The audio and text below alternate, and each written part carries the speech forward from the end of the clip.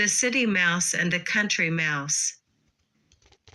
Once upon a time, in a quiet countryside, a country mouse lived happily in his humble burrow.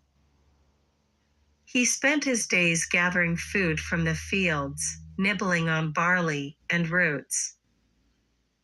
One day, he decided to invite his cousin, a city mouse, to visit him and experience the peaceful country life.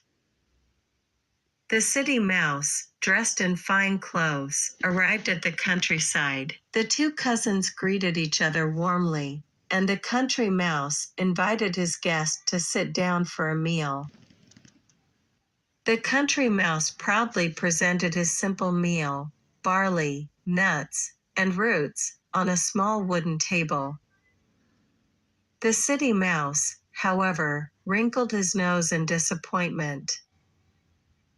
"My dear cousin," he said, "how can you live on such plain food? Come with me to the city, and I will show you what real luxury is."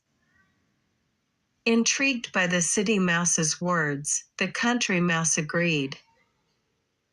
Together, they embarked on a journey, walking along a dirt path.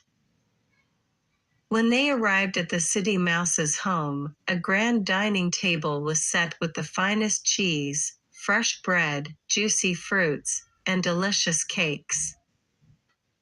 "Let's enjoy this wonderful feast," said the city mouse.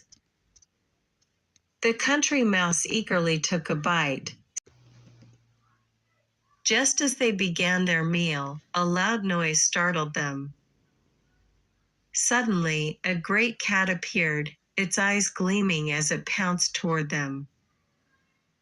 The mice dropped their food and scurried away as fast as they could, barely escaping into a small hole in the wall.